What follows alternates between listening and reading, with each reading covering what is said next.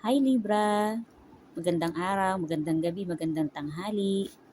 Once and for all po, gusto ko lang pong magpasalamat sa lahat po ng subscribers, ng mga nag standby po sa channel ko. Maraming salamat po. Taos-puso po akong nagpapasalamat talaga. At sa kung saan man panig ng mundo, maraming salamat po. So for today po, start po tayo ng December reading ng Libra. Okay, shuffle po tayo. Saya ako ngayon kasi may bago akong card. Ayan. Ano po ang ganap kay Libra? Ano ang ganap kay Libra for December? By the way po, sorry po dahil medyo na-late talaga ako. So, wow, ang ganda. Knights of Swords. Okay. Knights of Swords. Ang ano yun po natin ay general reading muna ha, for Libra. Okay. Ten of Cups. Four of Cups. The Tower. Ano to? Two of Pentacles. The Emperor and the Strength. And Justice. War for Libra. For Libra sign. Okay po. So, yung card mo, tingin ko, itong month na to, Libra, napakaganda ng flow ng dating ng buhay mo magaan. Kasi sa unang card mo, Knight of Swords. So, medyo mabagal man yung usad, pero makakarating ka rin dun sa goal mo. Makakarating ka rin. Tapos, think positive ka lang, be positive, magtiwala ka lang sa sarili mo. Unti-unti mong mararating yung pangarap mo na yan.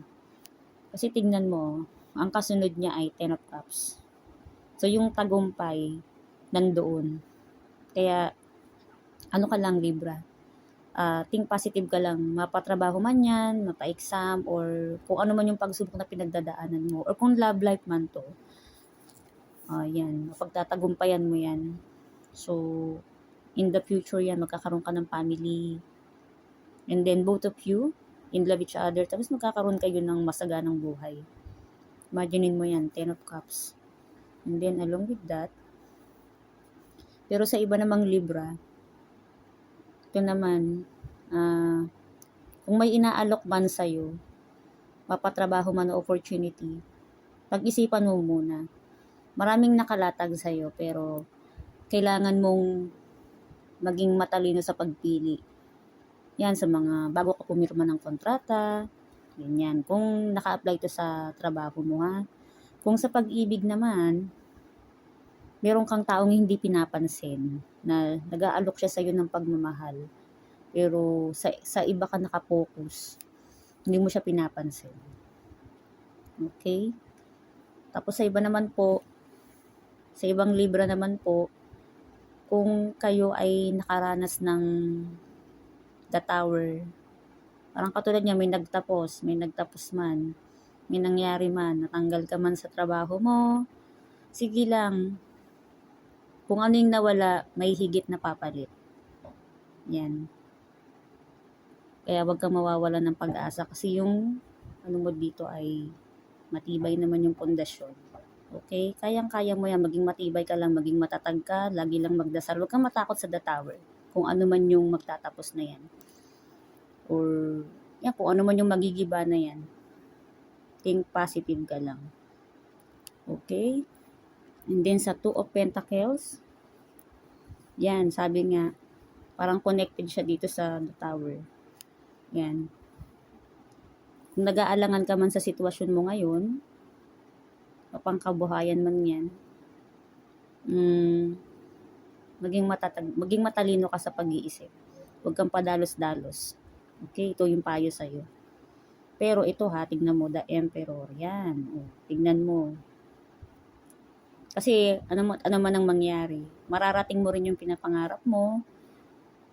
Tapos, in the future, darating din yung time na pakuya-kuya-kuy ka na lang. So, ikaw na yung boss, ikaw na yung may-ari ng business. Or kung ano man yung trabaho mo ngayon, aangat din yung position mo. Kung sa pag-aaral naman, mag-gain ka rin ng hindi man okay yung, or like, hindi man mataas ang grades mo, pero, ka rin yan, matatapos mo rin yung mga na yan, mga thesis na yan, or pag-aaral na yan, matatapos mo rin yan.